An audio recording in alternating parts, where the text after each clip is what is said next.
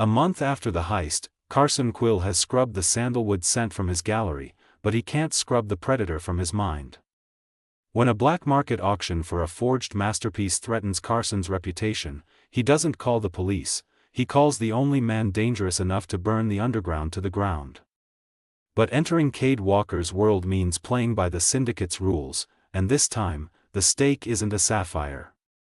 It's Carson's soul. Welcome to Moonlit Inc. BL. This is part 2 of the story, The Curator's Price.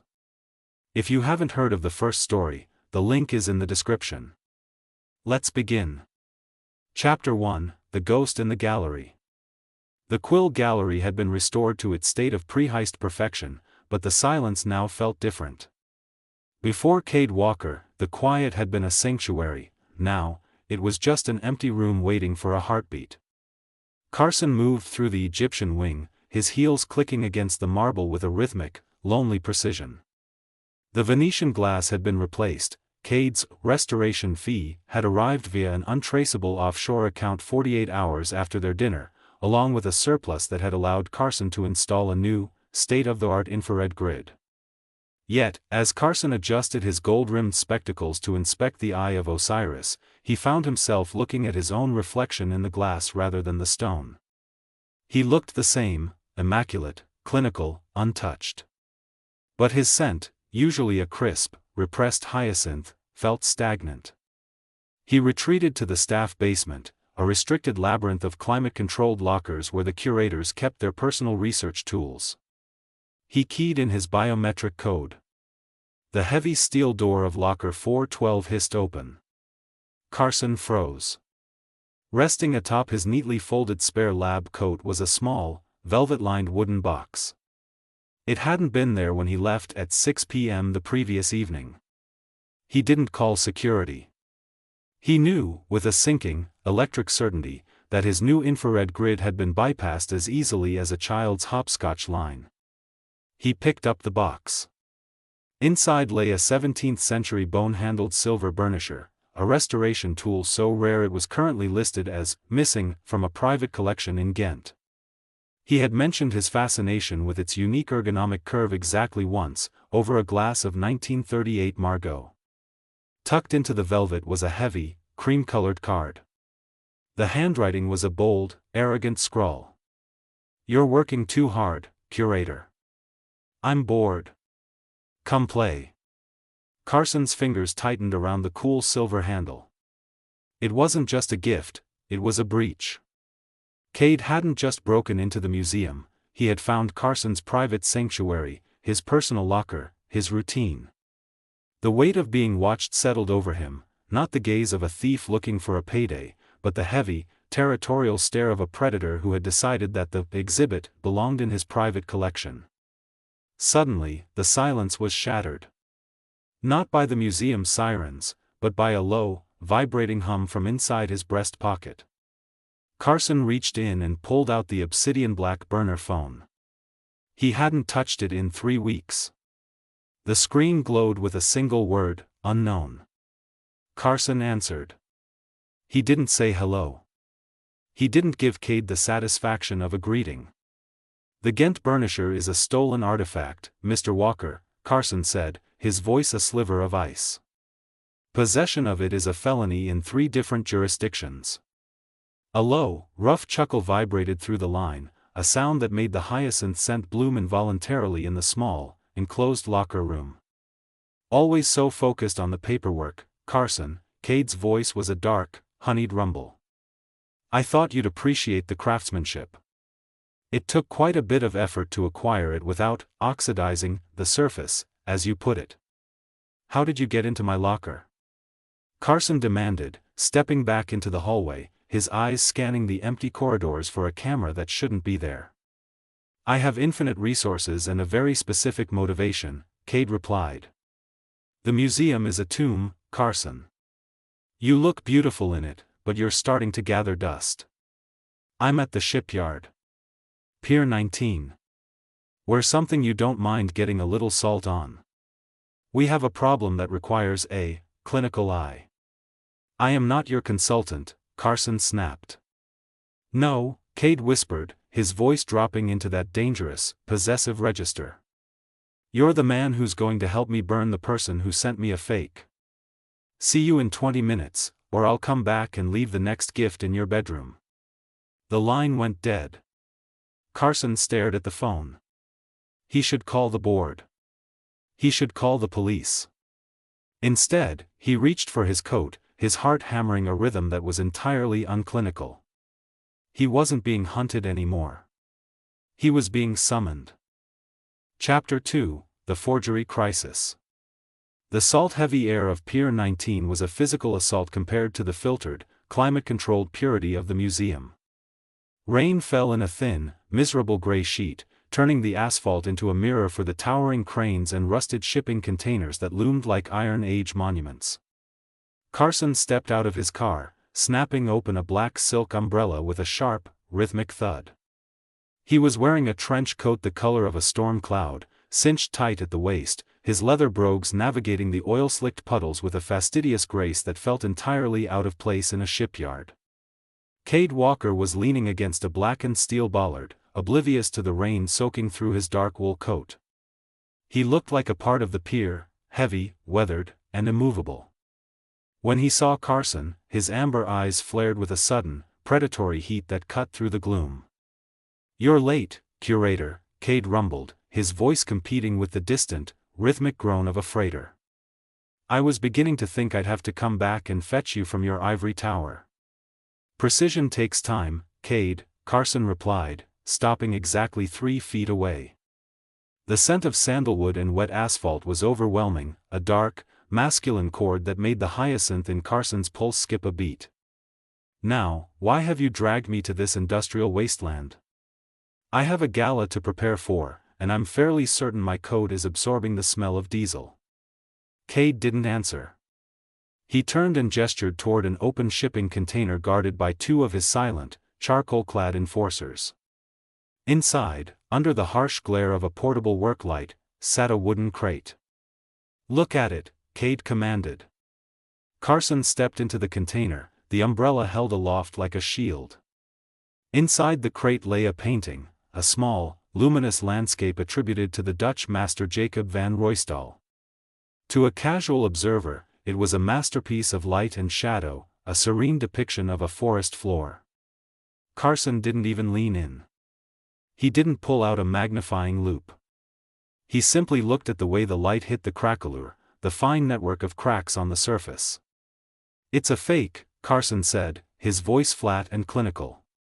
Cade's jaw tightened. "My sources said it was pulled from a private estate in Berlin. Authenticated by 3 different experts." "Then your experts are blinded by their own greed," Carson countered, finally stepping closer. He reached out, his gloved finger hovering just millimeters from the canvas. "The lead tin yellow is too consistent. Ruysdael used a specific, irregular grind for his pigments. This was done with a modern machine. And the binder, it's synthetic. It hasn't aged, it's been baked in a kiln to simulate 3 centuries of decay." He turned to face Cade, his silver-gray eyes flashing with a sudden, jagged brilliance. "The Syndicate didn't just buy a forgery, Cade. You bought a declaration of war. Someone is mocking you. They're testing to see if the great predator can tell the difference between history and a clever lie." Cade stepped into the container, the space suddenly feeling dangerously small. He loomed over Carson, the heat radiating from his body clashing with the damp chill of the rain. "Who has the skill to fool my people, Carson? Who has the arrogance to send a fake into my house?" "A rival," Carson said, his voice dropping to a melodic silk. "Someone who knows that if this piece hits the auction circuit and is exposed, every legitimate acquisition the Walker Syndicate has ever made will be called into question. Your reputation is your currency, Cade. And someone just started printing counterfeit bills." Cade's hand shot out, not to strike, but to grip the edge of the crate next to Carson's hip. He leaned in, his breath ghosting over Carson's lips. "Then we have a problem. Because I don't just want the forger's head. I want the real painting. And I want the person who thought I wouldn't notice the difference." Then you're going to need more than guns, Carson said, refusing to back down. You're going to need a curator. But be warned, my fees for entering the gutter are significantly higher than my restoration rates. Cade's predatory grin returned, dark and satisfied. Name your price, sweetheart. I've already decided you're worth every cent. Chapter 3, Safehouse Sovereignty. The transition from the rain-slicked shipyard to Cade's mountain stronghold was a blur of high-speed displacement. Carson sat in the back of a blacked-out armored SUV, his hands folded neatly over his knees, refusing to acknowledge the two armed enforcers in the front seat or the way the altitude change was making his ears pop. When the vehicle finally hissed to a halt, Carson stepped out into a world of brutalist concrete and jagged glass. The safe house was a masterpiece of architectural paranoia, cantilevered over a cliffside with windows that looked out over a sea of mist. "Welcome to the Fortress of Solitude," Cade rumbled, stepping out after him. He looked at home here, a dark, jagged shape against the gray sky. "My tactical team calls it the nest. I call it the only place in 3 states where I can hear myself think." Carson didn't look impressed. He walked through the main entryway, his heels clicking on the polished basalt floors. He stopped in the center of the living area, which was dominated by a wall-mounted rack of high-caliber rifles and a leather sofa that looked like it had been designed for a Roman emperor. "It's hideous," Carson said, his voice echoing in the vast, cold space. Cade paused, a brow arched. "Hideous? This glass is ballistic grade. The walls are reinforced with lead shielding. It's the safest structure on the eastern seaboard. It's a bunker with a view, Cade." "It has the aesthetic appeal of a high-security prison," Carson countered, peeling off his gray trench coat and draping it over the back of a chair with a shutter. He began to pace the room, his clinical eye twitching. "The lighting is atrocious, too much blue light, not enough warmth. And those rifles? They're arranged by size, not by period or manufacturer. It's chaotic. It's amateur." Cade let out a short, rough bark of a laugh. He followed Carson, his sandalwood scent filling the room, reclaiming the territory the Omega was currently dismantling with his tongue. "I don't arrange my weapons for curatorial value, Carson. I arrange them for how quickly I can reach them when someone tries to kill me." "A poor excuse for lack of discipline," Carson said. He stopped in front of a heavy oak sideboard and began to rearrange a collection of crystal decanters. "If you live like a barbarian, you will think like one. And we need you thinking like a strategist if we're going to find the source of that Roystal forgery." Cade stepped into Carson's space, his massive frame blocking the light. He placed a hand on the sideboard, effectively trapping Carson between the crystal and his own heat. "You've been here 10 minutes and you're already redecorating my life. Most people are too busy trembling to notice the lighting." "I am not most people, Mr. Walker," Carson said, looking up. The proximity was a physical pressure, a caloric wave that made the hyacinth in his veins thrum with a dangerous, unwanted rhythm. "And if I'm to be kidnapped for my own safety, I refuse to do it in an environment that offends my sensibilities. Now, show me your archives. If this forger is as good as I suspect, they'll have left a digital or physical footprint in your previous transactions." Cade leaned in, his nose grazing the shell of Carson's ear. "The archives are in the sub-basement. But before we go down there..." He reached out, his thumb tracing the sharp line of Carson's jaw. "Tell me, Curator. Does the safety of my fortress make you feel secure, or does it just make you feel like a caged bird?" Carson didn't pull away. He met Cade's amber gaze with a gaze of absolute, frigid clarity. "A cage is only a cage if the inhabitant doesn't have the key. And I suspect, Cade, that I've had the key to this entire operation since the moment you stepped into my gallery." Cade's predatory grin returned, slower and hungrier than before. "Then let's see if your key can unlock the truth behind that painting. But don't expect me to move the rifles. I like the barbaric touch." "We'll see," Carson whispered. "Give me an hour." I'll have them color-coded by the time we leave for the gala. Chapter 4, The Underworld Gala. The Black Auction was held in the subterranean ballroom of a decommissioned cathedral, a space where the scent of ancient incense had been replaced by the filtered, clinical smell of high-end air purifiers and the metallic tang of concealed weapons. Carson stood at the top of the marble staircase, looking down into the sea of the world's most polished monsters. The lighting was low, theatrical, designed to make the gold leaf on the vaulted ceiling glow like a dying sun. "Remember the protocol," Cade murmured, stepping up behind him. Carson didn't turn. He was focused on his own reflection in a nearby mirrored pillar. He had shed his glasses, his silver-gray eyes now bared and predatory in their own right. He wore a white tuxedo jacket with black velvet lapels, tailored so precisely it looked molded to his frame. His shirt was a silk peak, and his black bow tie was knotted with a mathematical perfection that felt like a challenge to the chaos of the room. Cade, by contrast, was a shadow made flesh. He wore a traditional black tuxedo, but he had foregone the tie, his white shirt unbuttoned at the throat to reveal the hard, corded muscle of his neck. He looked less like a guest and more like the man who owned the building. "I remember the protocol, Cade," Carson said, his voice a cool, melodic silk that carried over the low thrum of a string quartet. "I am the consort. I am to look expensive, remain silent, and judge everyone's taste in cufflinks." "And the second part?" Cade asked, his hand coming to rest on the small of Carson's back. The heat of the Alpha's palm through the white silk was a branding iron, a physical claim that made the hyacinth in Carson's blood surge. "The second part is that I am the only one allowed to touch the art," Carson replied, leaning back just an inch into Cade's space. "And you are the only one allowed to touch the Curator."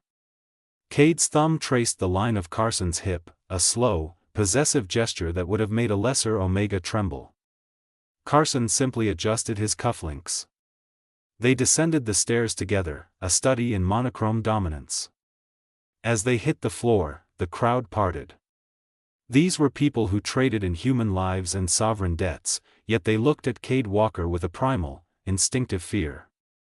But when their eyes drifted to Carson, the fear turned to a sharp, oily curiosity. "Walker," a voice rasped. A man with skin like yellowed parchment and a suit that smelled of formaldehyde stepped forward. He was a notorious fixer for the Eastern Bloc cartels. His eyes went straight to Carson. "I didn't know you collected live exhibits." Cade's grip on Carson's waist tightened, his sandalwood scent flaring into something charred and lethal. "This isn't an exhibit, Boris. This is the man who's going to tell me which of your masterpieces are worth the canvas they're painted on."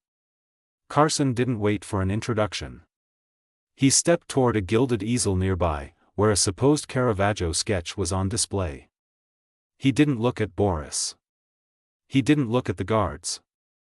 He looked at the ink. "The iron gall ink is too stable," Carson said, his voice cutting through the tension like a glass cutter. 16th century ink of this composition should show dendritic feathering at the edges of the heavy strokes due to the humidity of the Mediterranean climate where it was allegedly stored. This was drawn in a dry room. Likely in a basement in Prague. He turned back to Boris, his expression one of bored, academic pity. "It's a charming attempt. But I've seen better forgeries in student portfolios." The silence that followed was absolute. Boris turned a sickly shade of gray. Cade let out a low, dark chuckle, pulling Carson back against his chest.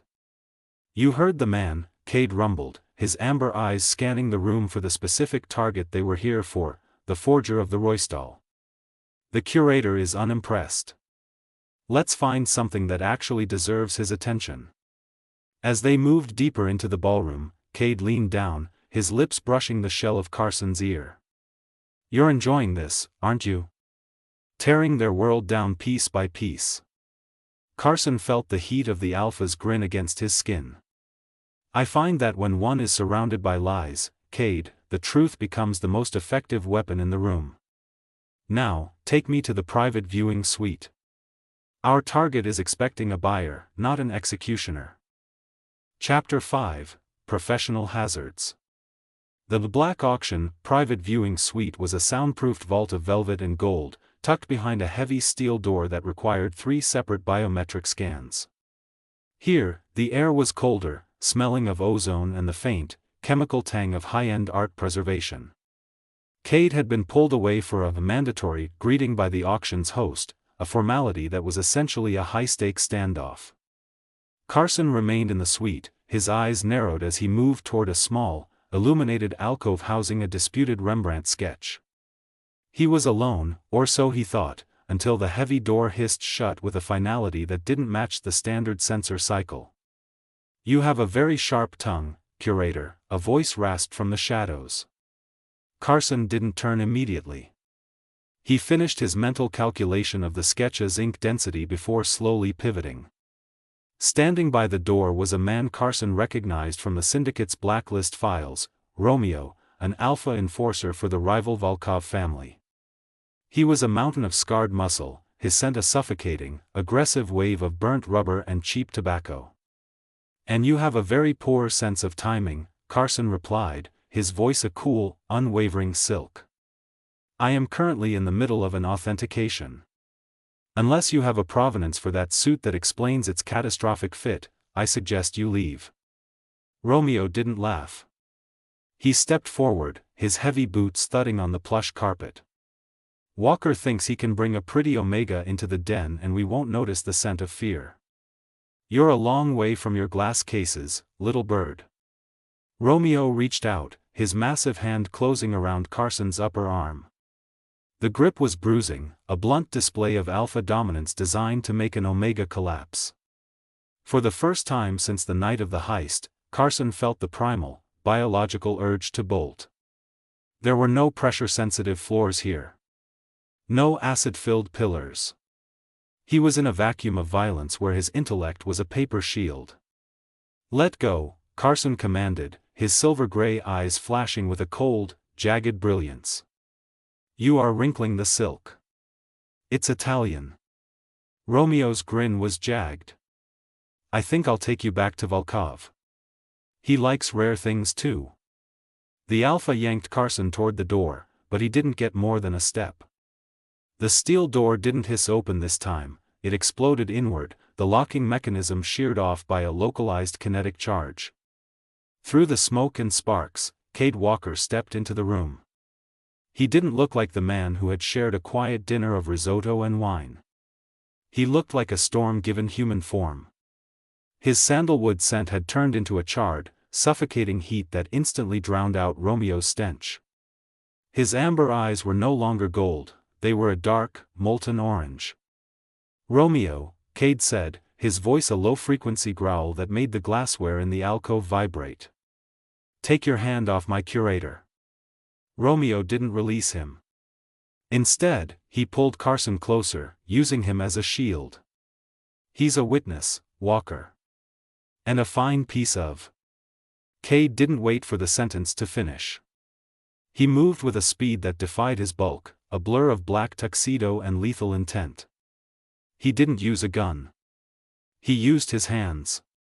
The sound of the collision was sickening, the dull thud of a fist meeting a throat, followed by the wet crack of Romeo's nose shattering against Cade's forehead.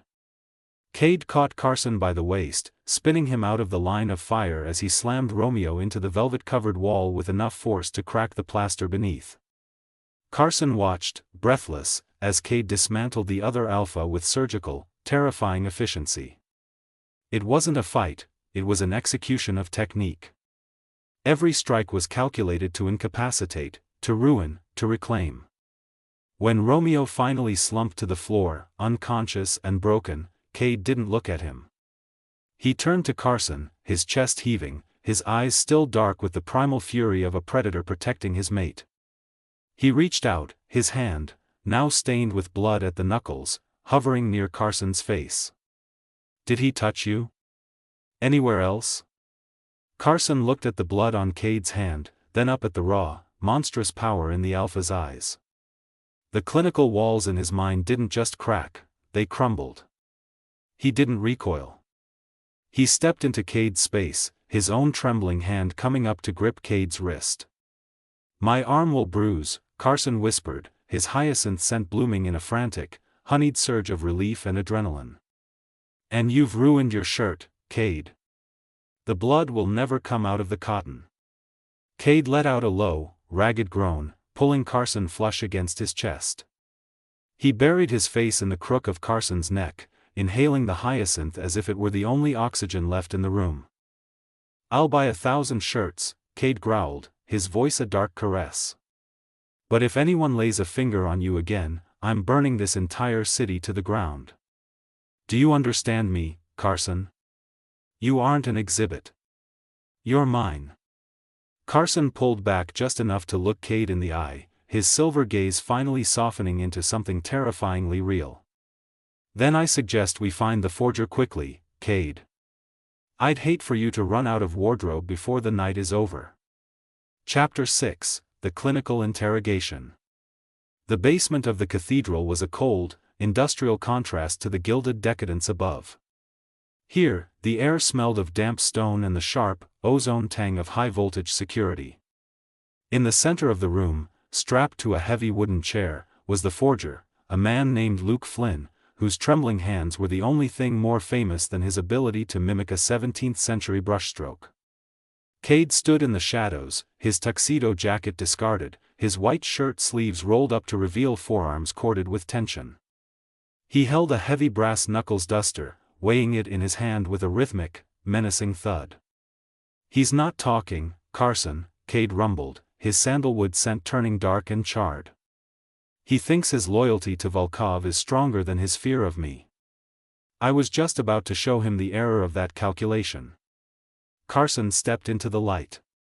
He looked entirely out of place in his white tuxedo, his silver-gray eyes scanning the room with the same clinical detachment he used to evaluate a chipped vase.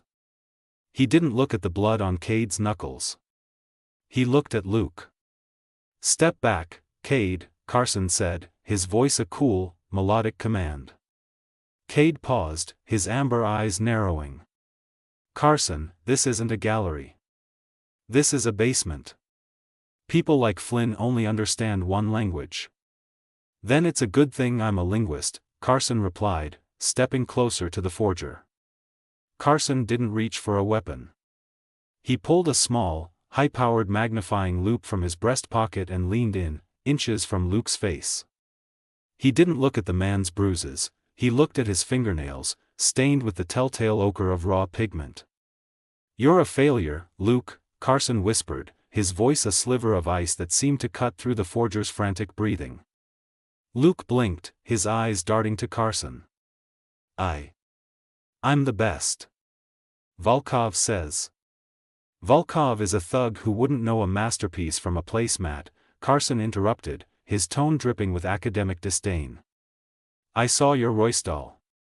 The lead tin yellow was a tragedy. The binding was synthetic.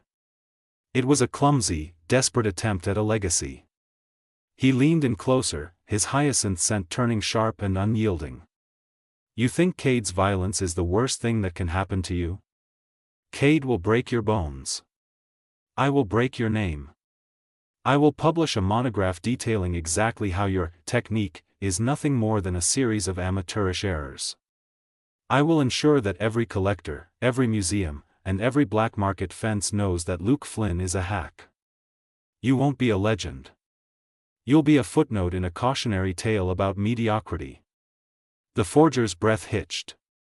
For a man whose entire identity was built on his skill, Carson's words were more agonizing than a physical blow. I had to, Luke stammered, his voice cracking.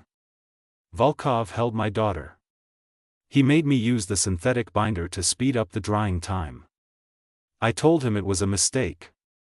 Then tell me where the real Roystal is, Carson said, his eyes locking onto Luke's with a terrifying, absolute clarity.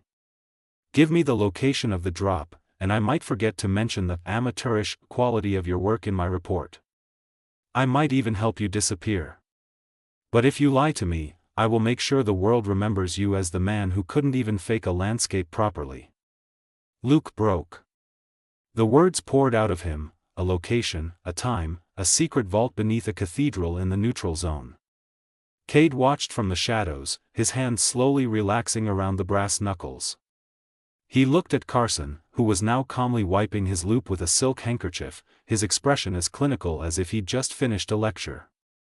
"You're terrifying," Cade murmured, stepping into the light.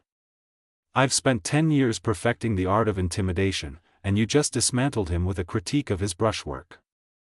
"Violence is a blunt instrument, Cade," Carson said, pocketing his loop and turning to face the Alpha. "I prefer a scalpel. Now, we have a cathedral to visit. And I suggest you put your jacket back on. We have a masterpiece to recover, and I refuse to be seen in the neutral zone with a man who looks like he's been in a bar fight." Cade let out a low, rough laugh, pulling Carson into a brief, fierce embrace. "Whatever you say, Curator. Just remember, the scalpel is yours, but the shield is mine." Chapter 7, The Masterpiece Exchange. The neutral zone was a theological relic, a sprawling, Gothic cathedral deconsecrated during the Great Border Wars and left to the crows and the cartels. Rain lashed against the rose window, the ancient glass rattling in its lead casing like a panicked heartbeat.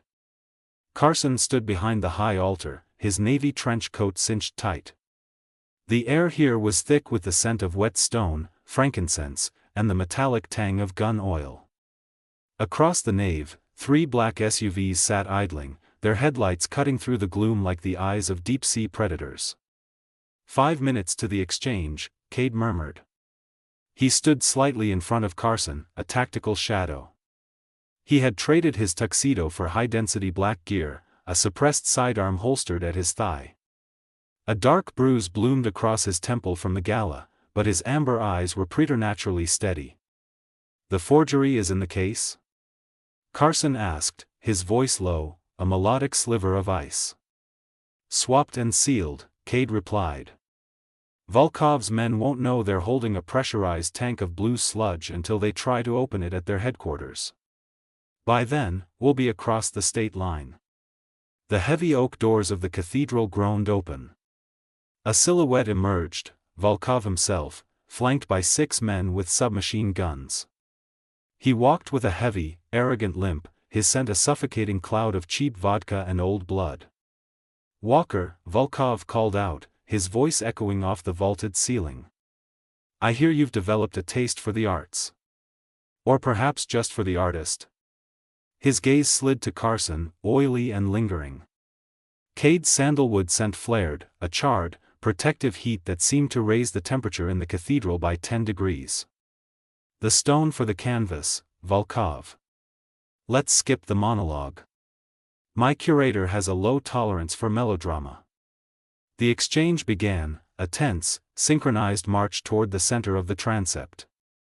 Carson carried the forgery in a titanium briefcase, his fingers steady, his face a mask of clinical indifference. Volkov's lieutenant carried the real Roysdahl, wrapped in acid-free silk. As they met in the center, a red laser dot danced across the altar behind Carson's head. "Sniper," Cade hissed, his hand moving with a speed that defied human reflex. He didn't draw his gun. He lunged, his massive frame slamming into Carson just as a high-velocity round shattered the marble of the altar where Carson's head had been a second before. The cathedral erupted. Muzzle flashes lit the darkness like strobe lights. Cade rolled with Carson behind a fallen stone pillar, shielding the Omega with his own body. Carson felt the impact, the heavy, solid heat of Cade absorbing the shock. "Are you hit?" Carson gasped, his hands immediately searching Cade's torso for a breach. "Graze," Cade gritted out, his jaw tight. "Shoulder." "Stay down, Carson. That's a direct order." "I don't take orders from men who are bleeding on my suit," Carson snapped, though his voice trembled. He saw the dark stain spreading across Cade's tactical vest. Without hesitation, Carson reached up and yanked off his silk tie, the navy blue one Cade had admired. With surgical calm, Carson navigated the chaos of the firefight. While Cade returned fire with one hand, Carson used the other to loop the silk tie around Cade's upper arm, pulling the knot tight with a strength born of pure, cold adrenaline. "The painting," Cade breathed, nodding toward the silk-wrapped canvas lying 5 feet away in the open. "Volkov's men are flanking. If we don't move now, they'll torch the place." Carson didn't wait. He didn't ask for cover. He moved like a ghost, stay pressed and lethal, darting through the crossfire to retrieve the Roystal. He felt a bullet whistle past his ear, the heat of it singeing the air, but he didn't flinch. He grabbed the canvas, rolled back behind the pillar, and looked Cade in the eye. "I have the masterpiece," Carson said, his hyacinth scent blooming in a fierce, defiant surge. "Now get us out of here before I have to use your sidearm to finish this negotiation myself."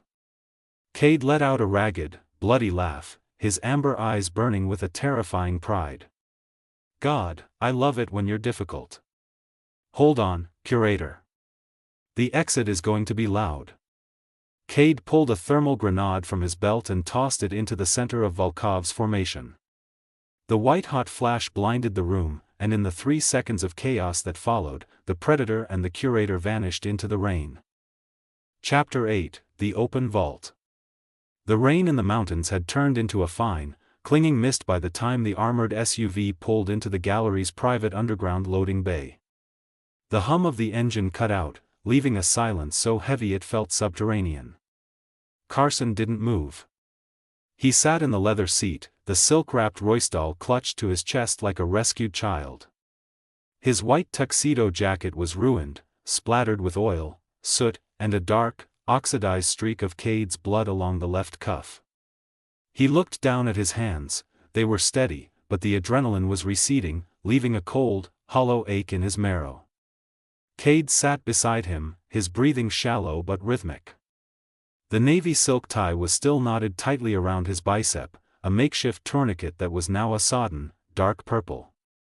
He looked ravaged, the bruise on his temple had deepened to a brutal violet, and his tactical gear was shredded, but his amber eyes were fixed on Carson with a terrifying, quiet intensity. "We're home, Curator," Cade murmured.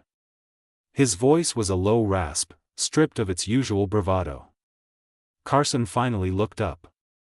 He didn't look at the pristine white walls of his loading bay. He looked at the blood on his sleeve. "You're an idiot, Cade. You could have been killed for a piece of 17th century canvas." "I didn't do it for the canvas," Cade said, reaching out. His fingers, calloused and stained with gunpowder, brushed the hair away from Carson's forehead. "The painting is a masterpiece. But it's replaceable. You aren't." Carson let out a breath that sounded suspiciously like a shudder. He leaned into the touch, his clinical walls finally collapsing into the dust of the night's violence. The hyacinth scent, usually so repressed and sharp, flowed out of him in a soft, exhausted wave, seeking the heat of the sandalwood. "The board is going to ask questions about the damage," Carson whispered, his eyes closing. "The insurance adjusters, the police report, the paperwork will be a nightmare." "Let them ask," Cade growled, pulling Carson closer until their foreheads rested against each other. "My lawyers will bury the paperwork. My cleaners will scrub the cathedral. And as for the Roystal, it's going into your vault tonight. No record of the theft. No record of the recovery. Just a miracle of misplaced inventory." Carson pulled back just enough to see the predatory grin returning to Cade's face. It was tired, but it was there. "You're a criminal," Carson noted, though there was no bite in the words. "And you're an accomplice," Cade countered. He reached into his tactical vest and pulled out a heavy, blackened steel key. He didn't slide it across a desk this time. He pressed it into Carson's palm, closing the Omega's fingers over the cold metal. "This isn't for a locker. It's for the front door of the nest. Whenever the silence in this gallery gets too loud, Carson, the key is yours." Carson looked down at the key. It was a physical weight, a tether to a world of chaos and heat that he had spent his entire life avoiding. He thought of his sterile, perfect museum, and then he thought of the way it felt to have Cade's pulse hammering against his own in the dark of a cathedral. "The lighting in your foyer is still catastrophic, Cade," Carson said, his voice regaining a sliver of its melodic silk. Cade laughed, a real, chest-deep sound that echoed in the quiet of the car. Then come over tomorrow and fix it. I'll even let you color-code the armory. Carson tucked the key into his breast pocket, right next to the burner phone. He opened the car door and stepped out onto the concrete, the Roystal held firmly under one arm. He looked back at the Alpha, the man who had turned his curated life into a masterpiece of beautiful, dangerous friction. 8 o'clock, Carson said. And Cade? Yeah. We're something that doesn't smell like C4. I'm bringing a very expensive bottle of wine, and I'd like to actually taste it this time. Carson turned and walked toward the elevator, his silhouette sharp and impeccable even in his ruined finery. He didn't look back, but he could feel Cade's amber gaze on his spine, a constant, golden warmth.